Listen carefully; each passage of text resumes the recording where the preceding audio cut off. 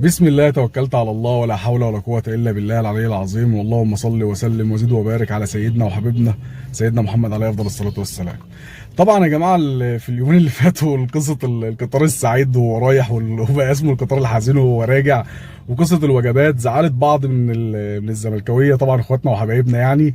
بس للأسف الموضوع بدأ معاهم ان هم مش هم عارفوا ان هم طبعا ده حاجة مش كويسة وحاجة تعبهم، بس للاسف كعاده بعض من الزملكاويه والاعلام الزملكاوي ان هو بيقول لك ايه اللي هو مش احنا لوحدنا، انتوا كمان كنتوا بتاخدوا وجبات من تركي آل الشيخ. طب يا عم طب ازاي؟ طب مين اللي قال لك كده؟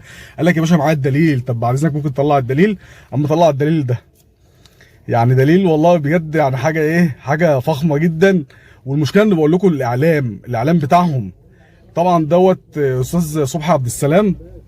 انا مش عارف بقى تبقى واضحه ولا لا، هبقى انزلها لكم برضو ده هبقى انزلها لكم في الفيديو. بيقول لك ان جماهير النادي الاهلي كانت بتضرب بعض عشان ياخدوا سندوتش في السوبر اللي كان في ابو ظبي قدام الزمالك، كانوا بيموتوا بعض عشان سندوتشات هم يستحقوا السخريه.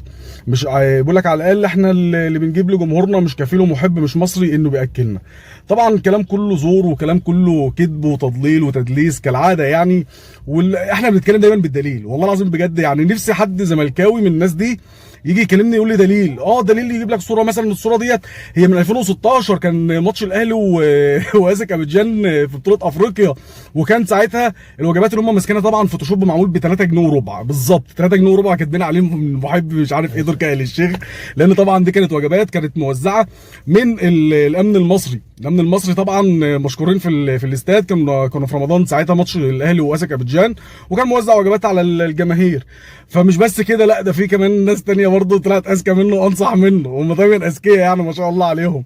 جابوا ايه بقى؟ جابوا برضه صوره كده من فيديو وبيقول لك جماهير الاهلي وهي بتقطع بعض قدام الاستاد وهم بياخدوا الوجبات برضه تبع برضه تركي آل الشيخ. هو جاب لكم حاجات كتير قوي انا عارف ومأثره في نفسيتكم يعني. بس مش معنى كده انك ترميني بالباطل يا صاحبي. يا صاحبي انت عينك مكسوره عادي براحتك، طالما قبلت ان عينك تتكسر خلاص ما تجيش بقى تتهمني انا بحاجه مش فيا، صح ولا لا؟ لو انت عينك مش مكسوره اطلع قول لا يا عم انا عيني مش مكسوره واعترض وانتقد وبطل تاخد السندوتشات والخيار. الفيديو بقى اهو ماشي، ده الفيديو اتمنى ان هو يكون ظاهر، طبعا مش هينفع انزله اهو.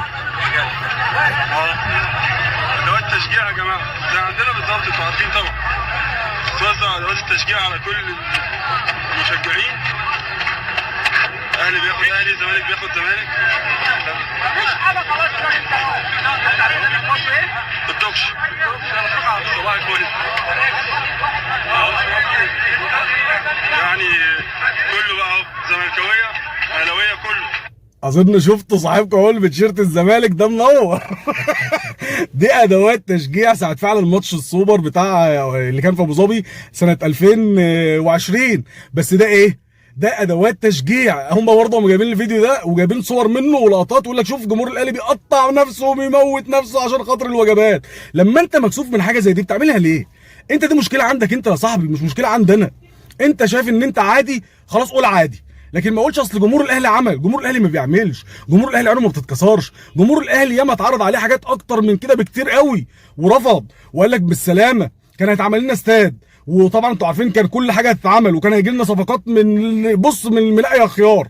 اي صفقه انت عايزها كنت هتشاور عليها كانت هتجيلك. كل ده في مقابل ايه؟ في مقابل ان واحد راجل كده يتحكم في النادي الاهلي ويقول لك ده يجي وده ما يجيش وده يمشي وده ما يمشيش. جمهور الاهلي رفض كل ده وباع كل ده عشان خاطر النادي الاهلي. فانت ما تقنعنيش بقى تيجي تقول اصل جمهور الاهلي بتاع سندوتشات ووجبات. مش احنا يا صاحبي. انت مكسوف من اللي انت بتعمله ما تعملوش، او على الاقل استخبى. لما اجي اقول لك انت عينك مكسوره عشان خاطر بتاخد وجبات وسندوتشات، يا تستخبى يا ما تعملهاش. لكن انك تتهمني انا بالباطل اظن حاجه مش حلوه. يعني انت تبقى عينك مكسوره وكمان ضلالي وكذاب ومنافق، يعني انت ترضي ربنا؟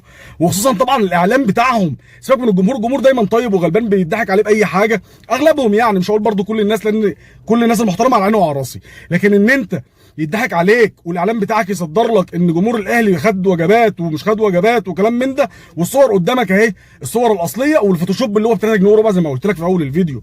اكتر من كده مش هتلاقي. محدش هيعرف يكسر عين جمهور النادي الاهلي غير بالفوتوشوب. لكن في الواقع والحقيقه وعلى ارض الواقع معروف قوي جمهور الاهلي بيكسر اي حد وعين اي حد، من الكبير للصغير، من القريب والغريب. محدش عارف ولا هيعرف يكسر عين جمهور النادي الاهلي. شكرا لكم، والسلام عليكم ورحمه الله وبركاته.